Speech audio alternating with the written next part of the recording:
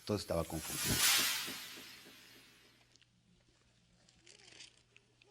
Estamos en el versículo 5.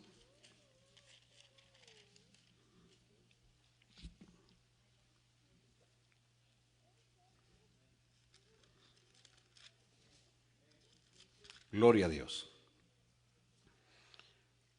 Haya pues en vosotros este sentir que hubo también en Cristo Jesús, el cual siendo en forma de Dios, no estimó el ser igual a Dios como cosa a que aferrarse. No voy a llegar hasta eso de como cosa a que aferrarse, pero para que tengamos entendimiento leeré el siguiente versículo también. Sino que se despojó a sí mismo, tomando forma de siervo, hecho semejante a los hombres. Padre, te damos gracias, y en medio de todas las tempestades que azotan nuestras vidas, en medio de todas las tribulaciones y todas las tormentas, Señor, que están a nuestro alrededor, hoy te pedimos tranquilidad de espíritu, serenidad, tu dulce presencia nos pueda invadir, y que podamos ser capaces de poder asimilar, Señor, la hermosa palabra que hoy nos tienes para nosotros. Edifícanos, cultiva nuestra alma, nuestro espíritu, porque lo pedimos por los méritos gloriosos de nuestro Señor y Salvador Jesucristo. Amén. Por favor, siéntense.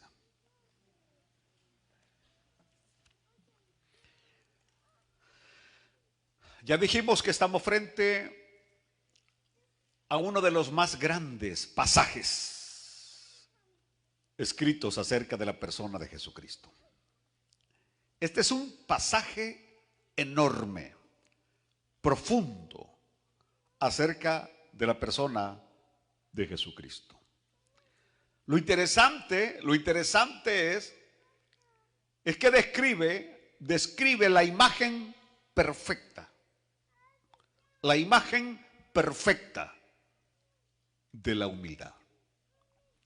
Siendo Él el ser más grande que jamás haya existido. El ser más sabio que jamás haya existido. El ser más santo que jamás haya existido. El dueño de todo el oro y de toda la plata. El dueño del universo y el Señor del universo. Y al mismo tiempo es la persona más humilde, la perfección de la humildad. La perfección de la humildad. Estoy diciendo que nunca nadie, jamás nadie ha llegado al nivel de humildad que tuvo Jesucristo. Nunca nadie ha llegado ni llegará.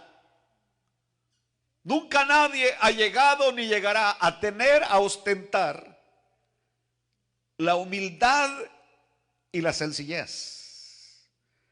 Por eso siempre he predicado y enseño que la grandeza no está divorciada de la humildad y la sencillez. Que aún inclusive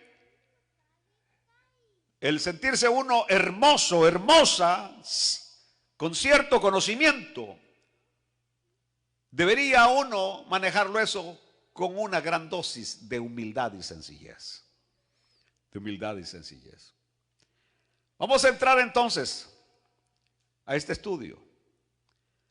Porque cuando analizamos esto, no solo en el mundo vemos orgullo, soberbia, vanidad, conflictos, divisiones, envidias, pleitos, guerras, el deseo de ser visto como alguien grande, el deseo de reconocimiento, el deseo de posición, el deseo de pasar a la historia como alguien famoso, alguien grande. No solamente está en el mundo, pero también en la iglesia. Es tremendo lo que voy a decir. Pero aún en la iglesia muchas veces hacemos cosas por el deseo de ser reconocidos. Solamente para que nos vean. Que nos vean. Y buscamos lugares donde somos vistos y oídos. No nos gustan los lugares donde pasamos desapercibidos, donde hacemos las cosas en el anonimato. Por eso en esta noche yo quiero decirle que el mejor y más grande reconocimiento que podamos recibir nosotros es del Dios que está en los cielos. Si en esta tierra no vamos a tener títulos, si en esta tierra no vamos a recibir diplomas, si en esta tierra no vamos a recibir palabras de adulación, no debe interesarnos ni importarnos. Lo que debe importarnos es que algún día nos presentaremos delante del Rey del universo y Él nos va a decir: bienvenido, siervo y fiel. En lo poquito me fuiste fiel, pero sobre lo mucho te pondré. Entra en el gozo de tu Señor. Esas van a ser las palabras más excelsas y de gran contenido que nosotros podamos escuchar cuando lleguemos a la presencia del Señor. Pero mire cómo está el mundo. Un mundo dividido, una iglesia dividida. Mire cómo está el mundo, lleno de pleitos y lleno de guerras. Y mire cómo está la iglesia, lleno de pleitos y lleno de guerras. Aquel mandamiento que el Señor dio de amarnos los unos a los otros, como que lo hemos malinterpretado o lo entendemos o lo aplicamos mal, porque ahora es: armaos los unos contra los otros, o si no, odiaos los unos a los otros. Y en la iglesia ya no hay el verdadero amor, y en el hogar no hay verdadero amor. Ya no hay ese lazo indivisible que nos logra mantener unidos y no ver nuestras faltas y no ver nuestros defectos, entendiendo que el Dios perfecto ha perdonado nuestros defectos, ha perdonado nuestra falta, las ha hecho a un lado y los ha recibido como pueblo de Él. Comencé aquel día hablando acerca de la realidad de la iglesia. La otrora iglesia que hacía temblar a los presidentes. La otrora iglesia que hacía temblar a los reyes y a las reinas. Le temían a las oraciones de la iglesia. Y aquellos de afuera le temían meterse con la gente de Dios. Le tenían pánico. La gente impía le tenía pánico a la gente de Dios. Porque lo sabían por experiencia, que meterse con el pueblo de Dios es meterse con el Dios del pueblo. Y sabían las repercusiones que habían, que tarde o temprano llegaban con aquellos que se atrevían a tocar a los escogidos de Dios. Pero eso pasó a la historia. Pasó a la historia y ahora la iglesia es prácticamente un grupo más. Un grupo más. Ya no tiene esa fuerza, ya no tiene ese poderío, ya no tiene esa autoridad, ya no tiene esa autoridad, ya no tiene ese poder, ya no lo tiene. Aleluya. Entonces lo que tenemos hoy es una iglesia debilucha, flaca, una iglesia raquítica, una iglesia estéril, una iglesia que no avanza, una iglesia que no conquista, una iglesia que no posee, una iglesia que prácticamente como que venimos a hacer un bulto más. Y la iglesia debe recobrar y posicionarse en el estándar que el Señor quiere que esté. Que aún ni las puertas del infierno pueden prevalecer contra ella. Que todo el que se levante contra ella será confundido. Todo el que se levante contra la iglesia será confundido. ¿A dónde habrán 2 o 3 que crean lo que estoy diciendo? Que si 2 o 3 se ponen de acuerdo y tomamos autoridad en el nombre del Señor, haremos proezas. Aleluya. Pero ¿sabe cómo comienza este volado? comienza con la humildad. El problema de nosotros es que se nos han ido los humos arriba. Y nos creemos grandes. Y nos creemos importantes. Y creemos de que Dios necesita de nosotros. Pobrecito Dios hoy se va a sentir triste porque no va a ir a la iglesia. Pobrecito tú, semejante diablo. Pero Dios no, Dios sigue siendo Dios. Dios sigue siendo Dios. ¿Saben ustedes que uno de los pasajes que siempre me ha inspirado a mí? Siempre me ha inspirado, ese mí ya no existe. Ya eso ya es un error de gramática. Que siempre me ha inspirado. Es cuando en el capítulo 6 del libro de Isaías dice que en el año que murió el rey Uzías, vi yo al Señor sentado en su templo. El punto es, el profeta ha ido al templo. ¿Por qué ha ido al templo? Porque un excelente rey ha muerto. Un hombre que había hecho reformas, un hombre que había colaborado para mucho a la nación de Israel. Y ahora Uzías ha muerto. Y como que el profeta va al templo para indagar, Señor, ¿y ahora qué? ¿Y ahora qué va a suceder con la nación? Ahora que el líder se ha ido, ahora que Uzías, este hombre, Señor, que ha hecho un buen trabajo, se ha ido, Señor, ¿y ahora qué? Isaías está en el templo y de repente Isaías ve la gran visión, ve a Dios sentado en su trono. En otras palabras, Uzías está muerto, pero yo sigo sentado en el trono, Isaías. El verdadero y el santo y el rey soberano sigue sentado en su trono. Y yo quiero que ustedes entiendan esta noche que Él todavía está sentado en su trono y tiene el control del universo y tiene el control de su familia y tiene el control de nuestras vidas. No lo entiendo, pero sé que lo tiene. Y aunque mi corazón desfallece, y aunque hay angustia en mi alma, pero sé que tiene el control. Sé que todo está bajo control de Él. Todo está bajo el control de Él. Aleluya. Como se los dije, estamos frente a uno de los pasajes más importantes jamás escritos acerca de la persona de Jesucristo. Teológicamente se conoce como la kenosis. La kenosis de Jesucristo, su humillación y su exaltación. Y como les dije el viernes pasado, hay 7 pasos de Cristo hacia su humillación y 7 pasos hacia su exaltación. No vamos a llegar todavía ahí, no vamos a llegar, porque apenas estamos haciendo la introducción. Pero este pasaje, muy sencillamente, lo que nos dice este pasaje es: Jesucristo es Dios. Jesucristo es Dios. A ver si lo dice: Jesucristo es Dios. Jesucristo es Dios.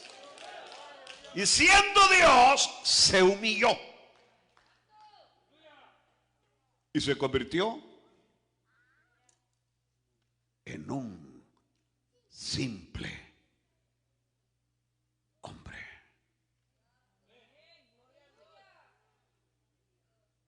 Un simple hombre.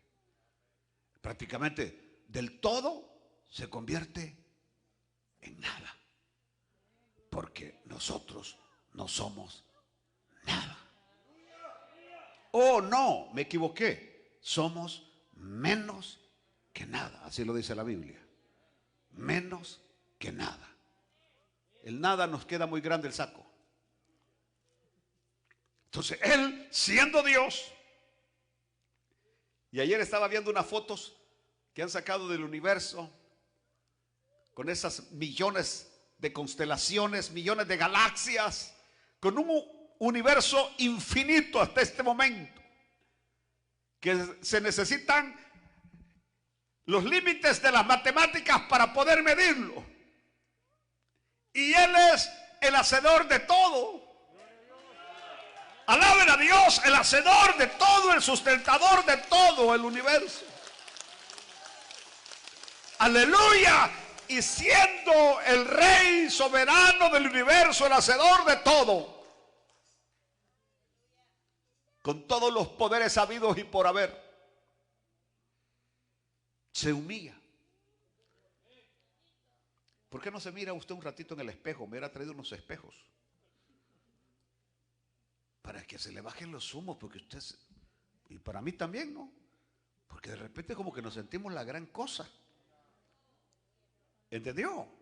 Entonces el pasaje de hoy nos va a ubicar, espero que nos ubique, porque Jesucristo es la persona que moró en toda la gloria de la perfección. En toda la gloria de la perfección. Perfecto absoluto, santo absoluto, todopoderoso, omnisciente, omnipresente, eterno, infinito, ilimitado. Mas sin embargo se humilla. Y vino a este mundo corruptible. Un mundo corruptible que de lo único que sabe este mundo es de egoísmo. De lo único que sabe este mundo es de codicia. Y de lo único que sabe este mundo es de muerte. Simplemente quiero que usted imagine todo el camino que él tuvo que descender. La larga distancia que tuvo que recorrer para descender, para llegar al nivel más bajo.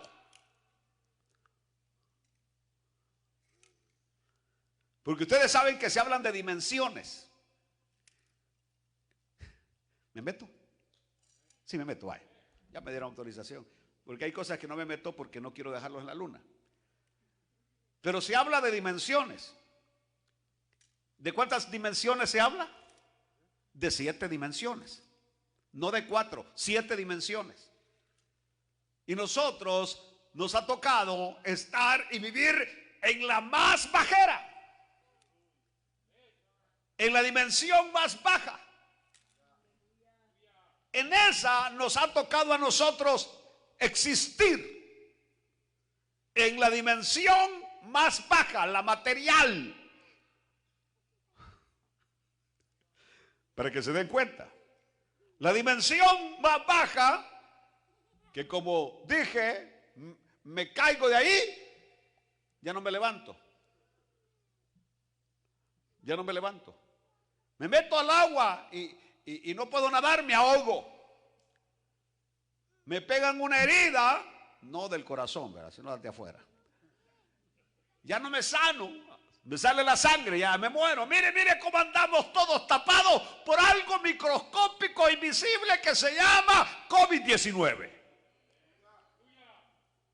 Y cómo nos ha hecho tataratear y hasta engordar.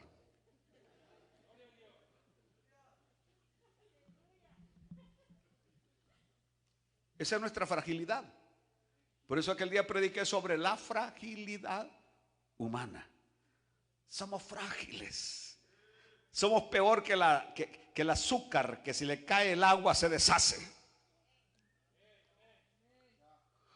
Me recuerdo de mi abuela cuando me mandaba a hacer algo. Es que va a llover. Ay, que son de azúcar, me decía mi abuela. Pero hay una fragilidad en nosotros. Cualquier cosa nos abate. Aleluya. Aleluya. Entonces nosotros vivimos en la dimensión y él que vive en la dimensión más elevada. Baja de esa gran dimensión a la más baja. Gloria a Dios. Y se convierte en un vulnerable hombre.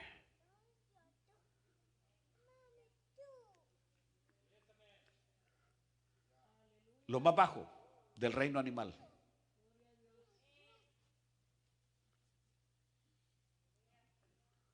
¿Por qué, pastor? ¿Por qué dijo lo más bajo del reino animal? Vaya, se lo voy a explicar así de sencillo. ¿Alguna vez ustedes han visto a un caballo fumando? ¿Alguna vez han visto a un cerdito poniéndole los toques de marihuana, poniéndose los toques de marihuana? ¿Alguna vez han visto a un perro que por sí solo agarre unos 12 de cervezas y se los empine todos? ¿Verdad que no? ¿O han visto, voy a poner a unos cabros que porque otros no le paguen la renta los matan? O sea, la renta es lo que piden en las pandillas allá en mis países. Usted tiene una pequeña venta de pupusitas ahí en la esquina y si usted no les da los 5 o 10 pesos que les corresponden, la matan a la viejita. Así son de impíos estos degenerados. El punto está, mi Cristo desciende de ese nivel más elevado al nivel más bajo. Aleluya. Y sabe que a mí me gusta payasear algunas veces, pero para enseñarles una verdad. Porque la gran mayoría de ustedes acá van a las tiendas con su intérprete, la chiquita. Van a los garajes, mamá, preguntarle que cuánto es eso. Decirle que si me lo dejan tanto. Y la niña ahí se siente bien importante porque le anda interpretando a la mamá. Y por eso cuando ya llegan a la adolescencia dice, tú no eres de aquí. O sea, como que dice, tú eres inferior a mí porque yo aquí, yo sí hablo inglés, tú no sabes nada. Y entonces el asunto está que la pobre señora, y esto digo porque yo lo he visto, no, yo lo he visto, que aquí no habla ni papas de inglés. Pero cuando va llegando al aeropuerto de El Salvador, que cuando por fin le dieron los papeles y va. En primer lugar viene un autobús a traerla. Ahí está el autobús con toda la familia esperando. Yo lo he visto. Y acá, cuando está en la sala de espera, mire, disculpe, ¿a qué hora el avión va a salir? Mire, ahí dice, a las tales horas. Le puede preguntar que si mi boleto está bien. Sí, permítame, ahorita le pregunto. En el poco inglés que uno sabe, ¿no? Ah, pero apenas ya se van bajando del avión.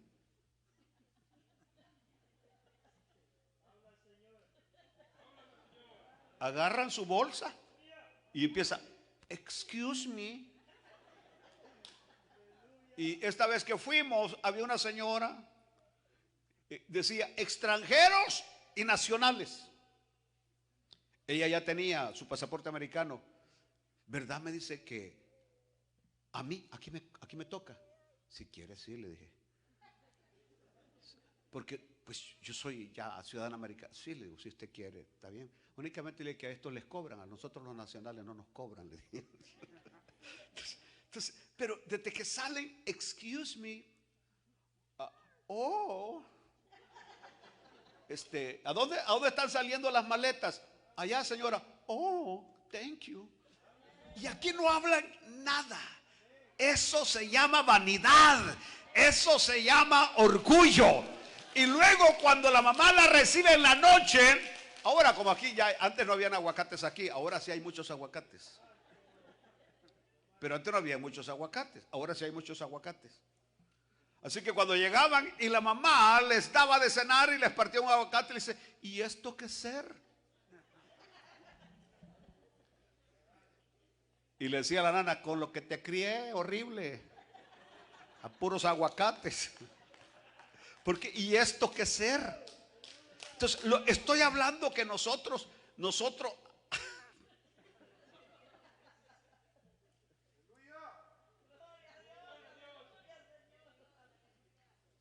aleluya.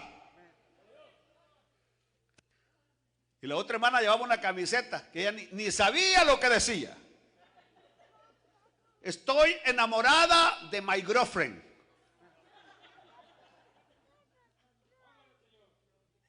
Y ella, porque la vio bien piquetera, la camiseta se la pone. Y la camiseta decía, estoy enamorada de my girlfriend. No solo que usted no vaya a andar llevando un hermano que diga, estoy enamorado de my boyfriend. o I miss my girlfriend. No me recuerdo cómo decía, porque usted sabe que ya a estas alturas, ¿qué iba a decir?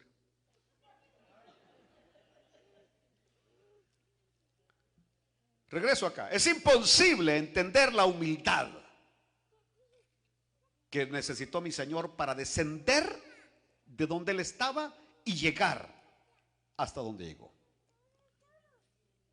Y eso es exactamente lo que nosotros tenemos que hacer. Descender, bajar. Descender y bajar. Haya pues en vosotros este sentir que hubo también en Cristo Jesús. ¿Qué es lo que el pastor está tratando de enseñar? Que Cristo lo dejó todo. Cristo, todo lo que era y todo lo que tenía, lo deja. Y desciende al nivel de hombre. Descendió hasta lo más bajo, al nivel de hombre, para enseñarnos una gran verdad. Y se van a dar cuenta ustedes que donde había una necesidad, ahí estaba el Señor. Y el Señor grande y maravilloso era compasivo. Y el Señor que era muy santo era misericordioso. El que se considere libre de pecado, arroje la primera piedra. Aleluya. Lo que estoy diciendo es, si ustedes analizan la gran mayoría de problemas que nosotros tenemos, tienen una sola base, una sola raíz, y se llama orgullo, y se llama vanagloria, y se llama soberbia. ¿De dónde comienzan los pleitos? De nuestro orgullo, de nuestra falta de humildad. ¿A dónde comienzan, digámosle, el aspecto de esa desigualdad que hay en la sociedad, donde hay muy pocos ricos y muchos pobres? Por la falta de humildad. Los pleitos, las guerras, la soberbia, las envidias, los celos, la avaricia, la pobreza, la enfermedad, el abuso, los celos, la inmoralidad, tiene su base simplemente en la falta de humildad. Lo que estoy diciendo es que si hubiera humildad, los problemas de este mundo prácticamente desaparecerían. En una familia no habrían pleitos si hubiera humildad. Si hubiera humildad, no hubieran pleitos. Te pusiste mis zapatos. ¿Por qué te pusiste mis zapatos? Es falta de humildad. Que te pusiste mi blusa, falta de humildad. Que a ti te dieron la parte, ¿se acuerdan ustedes cuando nos partían la banana y de repente pues a la abuela no podía calcular bien mitad y mitad y a uno le tocaba algo más grande? Ah, ¿por qué le diste a él la parte más grande? A él lo quiere más. Falta de humildad. Aleluya. Aún en la iglesia, algunas veces cuando nos dan cierto oficio, cierta misión, queremos lugares donde podamos ser vistos y oídos. Aleluya. Aleluya. Entonces, ¿sabe qué? Que a mí me impacta de mi Señor Jesucristo, que descendió hasta donde estábamos. Por eso David habla del pozo, de la desesperación, del lodo cenagoso. En otras palabras, el Señor nos anduvo buscando en los lugares más perdidos y más sucios. Descendió el Señor y por eso a mí me sorprende cuando la Biblia dice, le era necesario pasar por Samaria, le era necesario pasar por Jericó, le era necesario ir donde estaban los gadarenos. Le era necesario salvar a la mujer que había tenido 5 maridos. Le era necesario salvar a Zaqueo, que era un ladrón. Le era necesario ir y liberar de las cadenas de los demonios a aquellos que estaban en Gadara. Le era necesario.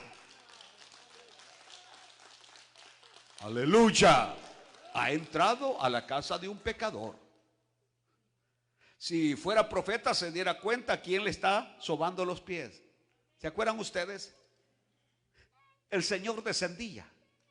El Señor descendía. Ahora, dice Pablo, haya pues en vosotros este sentir que hubo también en Cristo Jesús. El punto es, tomemos la mente de Cristo y que la mente de Cristo pueda fluir en nosotros, a través de nosotros. para que nuestra mentalidad se sature de esa humildad y de esa sencillez que caracterizaba al Señor. Que todo lo hagamos con una buena dosis de sencillez y de humildad. En la vida tenemos que aprender a ser pacificadores, a llevar paz.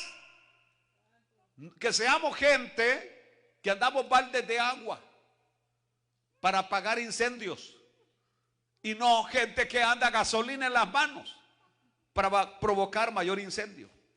¿Qué clase de persona es usted? ¿La que anda agua o la que anda gasolina? Aleluya. Mire, yo creo que a este condenado lo voy a dejar. Es que llega tarde. A mí no me la hace que se queda trabajando. Sí, hombre, sí, hermana, ya es hora que lo deje. O sea, lo que usted anda de gasolina. ¿Por qué? Si usted es una mujer pacificadora, hermana, en el nombre de Jesús vamos a orar para que si algo mal está en su hogar, el Señor lo arregle, el Señor lo componga y su hogar salga adelante. Oh, aleluya, ese es pacificador. Bienaventurados los pacificadores, porque de ellos es el reino de los cielos. Pero algunas veces lo que uno anda echando más es, como dicen los hermanos de México, lumbre. La palabra no la conocía. La conocí hasta que aquí. Lumbre. Aleluya. Haya pues en vosotros ese mismo sentir. En otras palabras, tenemos que ser parte de la solución, no parte del problema. Ser gente de solución, no de problemas. No, es decir, en vez de que siempre andan quejándose, llorando y pidiendo oración, todo el tiempo pidiendo oración, ellos nunca oran por nadie, sino que todo el tiempo, denme raya, hermano, espiritualmente. Aleluya. Y gente, en vez de ser gente de solución. Ya vamos a llegar a la parte bien importante. Esta parte, concéntrense por favor. Porque ahora entramos, cuando San Pablo dice, el cual siendo en forma de Dios. Esto es muy significativo. Esto es muy significativo. Porque está diciendo, o significa que Jesucristo no era como Dios. Él es Dios. Significa que Jesucristo no alcanzó un alto nivel de justicia cuando estuvo en la tierra, sino que Él es la personificación misma de la justicia. Significa que Jesucristo no caminó simplemente de manera perfecta, que como caminan otros hombres, sino que Él era la misma imagen de la perfección. Significa que Jesucristo no se convirtió en Dios cuando estuvo en la tierra, sino que Él había sido Dios desde la eternidad y será Dios hasta la eternidad. Eso es lo que significa este pasaje. Jesucristo es Dios. Jesucristo es Dios. Dije que Jesucristo es Dios. Ahora, en este versículo hay 3 puntos que demuestran claramente que Jesucristo es Dios. Pongan atención. Y que ha sido Dios desde toda la eternidad. Lo primero es, cuando dice la palabra Jesucristo, es del ser de Dios, el cual siendo. La palabra siendo es de la palabra ser. La palabra ser. La palabra ser. Entonces Jesucristo es del ser de Dios. Ahora, la palabra ser significa existencia. Lo que es una persona por dentro y por fuera. Es la esencia misma de una persona. Lo que es una persona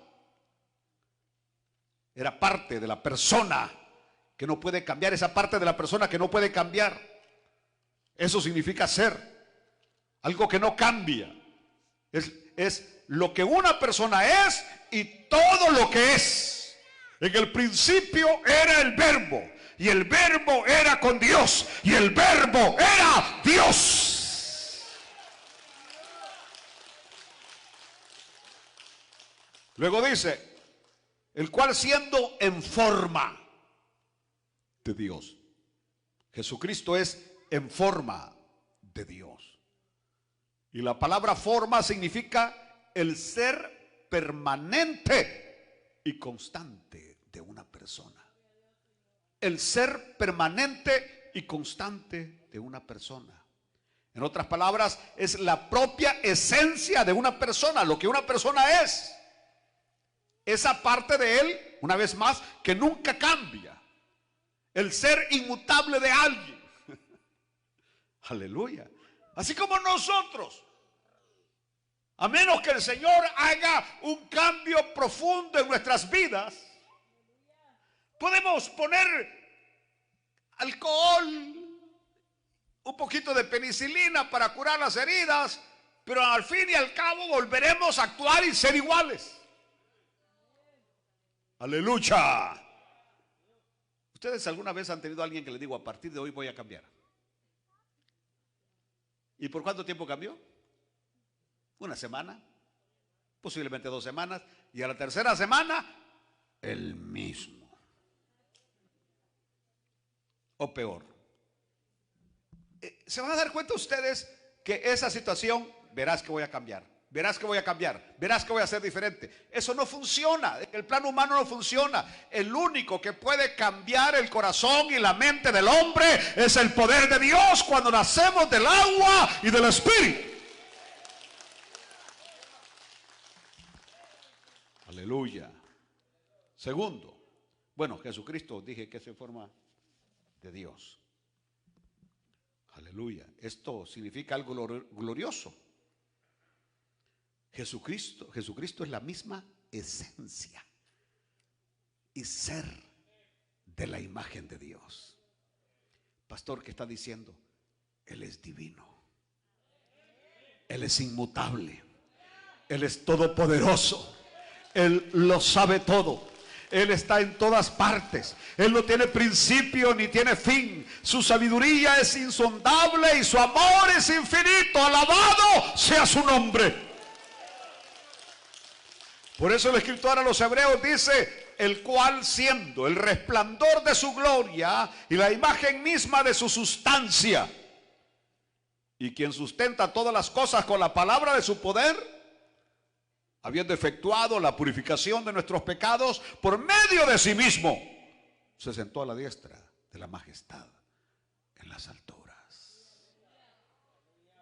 Y eso fue lo que vio Esteban. Vio al Señor sentado a la diestra del Padre, el cual siendo el resplandor de su gloria, Hebreos 1:3, el cual siendo el resplandor de su gloria y la imagen misma de su sustancia, y quien sustenta todas las cosas con la palabra de su poder, habiendo efectuado la purificación de nuestros pecados por medio de sí mismo, se sentó a la diestra de la majestad de las alturas.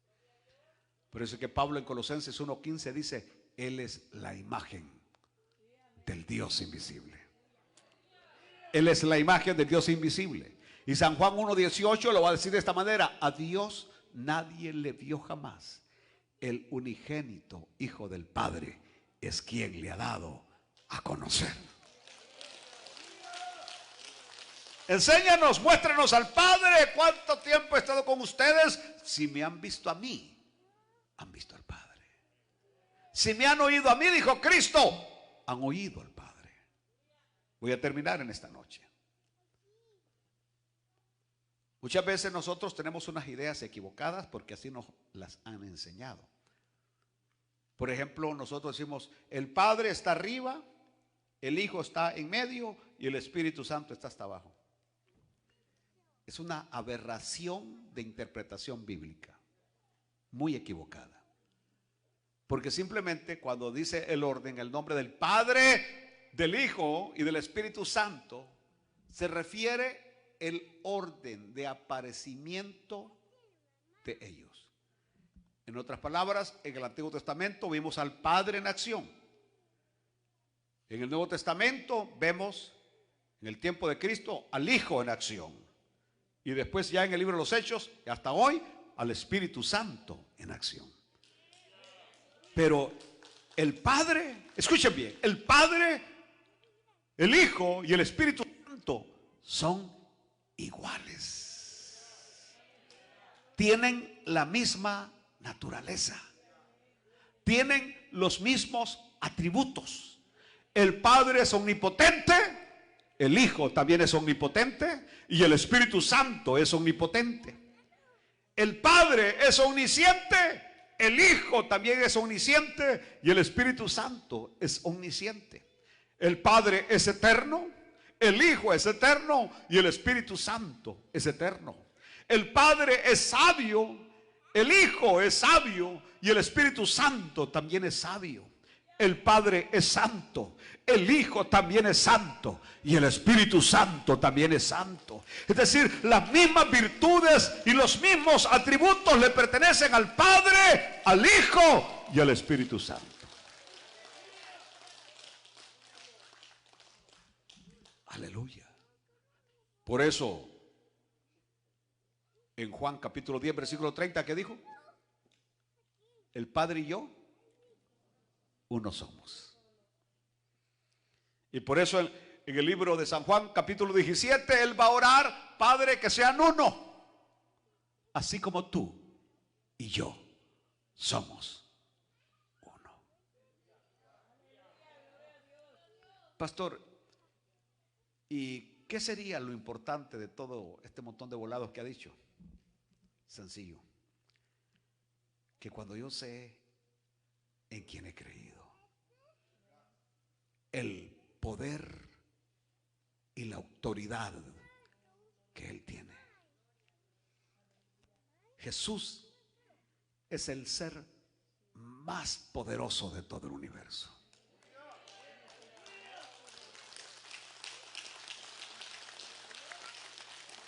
Hasta este momento Él nunca ha tenido que actuar, porque en todas las situaciones que han habido, quien siempre ha actuado es Miguel, un arcángel. Y Miguel fue el que puso quieto a los ángeles que se rebelaron en el cielo. Y Miguel puso quieto al diablo cuando se disputaba el cuerpo de Moisés. Y Miguel puso quieto al diablo cuando no permitía que vinieran a darle el mensaje a Daniel. Siempre ha sido Miguel. Y Miguel va a ser el que va a atar a Satanás en el capítulo 19-20 de Apocalipsis. Jesús nunca, porque el poder de Él es demasiado. Es demasiado. Por eso, cuando la Biblia dice en Tesalonicenses que el Señor destruirá solo con el resplandor de su gloria. Póngase de pie y alábelo.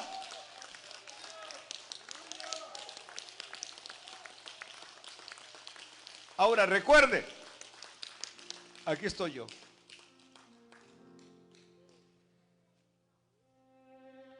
Si pongo mi problema aquí en medio y él después, este problema me va a ahogar. Este problema me va a consumir. Porque estoy viendo al problema, pero grandísimo, grandísimo, grandísimo. Y me veo impotente por el Goliat que tengo aquí enfrente. Y me veo débil ante ese Goliat. Y me veo incapaz frente a la muralla que tengo acá. Pero cuando cambio las piezas y lo pongo a él entre medio del problema y mi persona, el panorama cambia. ¿Saben cómo se lo voy a ilustrar? Cuando éramos niños y alguien nos quería golpear ¿A dónde corríamos? A las faldas, a las enaguas de la mamá de uno. Yo, como no tenía mamá, ese era mi problema. Bueno, tenía, pero no vivía con ella, no tenía dónde correr. Pero todos los niños, cuando alguien lo quería golpear, corría, se metía ahí, se agarraba y la nana le decía, quítate. Y él no, porque ahí se sentía, ¿qué? Seguro. Y todavía venía y le hacía a uno así, de esta manera. Le sacaba la lengua, se ponía las manos así retándolo, como quien decía, atrévete. Atrévete a venir a tocarme aquí delante de mi mamá. Y uno solamente le decía, me la vas a pagar. Pero ahí no se atrevía. Entonces, cuando yo estoy aquí y el problema está allá y pongo a Dios, a ver, conmigo sí, ¿verdad? Conmigo te sobrepasas problemas. Conmigo quieres destruirme. A ver, ¿por qué no te pones con Él? Ponte con Él. En otras palabras, échele a Dios por delante, a ese ser todopoderoso del cual hemos hablado. Y entonces sí, se va a dar cuenta que el problema solamente se va a quedar y le va a decir el problema, te voy a encontrar solo, Ahí usted sí lo encuentra solo. Padre, gracias. Te pido, Señor, que traigas una buena dosis de calma a nuestras atribuladas vidas, a nuestros acongojados corazones. Señor, visítanos, visita nuestra casa, visita nuestra casa interior, Señor, y que por medio de tu palabra podamos tener esa certidumbre, Señor, que volveremos otra vez a disfrutar de esos momentos de paz y tranquilidad que teníamos. Fortalece a tu iglesia, fortalece a mis hermanos, bendícelos, cúbrelos, hazlos inmunes, Señor, en el nombre de Jesús, en el nombre de Jesús. En el nombre de Jesús. Amén.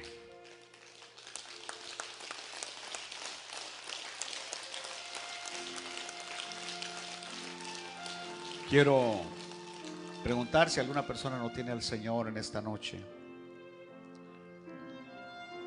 Siento en mi corazón orar por alguien que quiere entregarle su vida al Señor.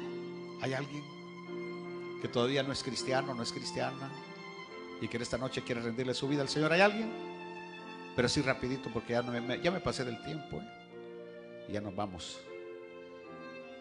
Si no, pues a los que están allá en sus hogares, si hay alguna persona que está recibiendo al Señor, repite esta oración. Quiero que diga: Padre Celestial, gracias por haber enviado a tu Hijo Jesús a morir por todos mis pecados. Te doy gracias, Señor, por recibirme tal como soy. Inscribe mi nombre en el libro de la vida, porque desde hoy creo que soy salvo, y lo creo, Señor. Amén. Sé que el Señor ha hablado a nuestras vidas. Que Dios le bendiga.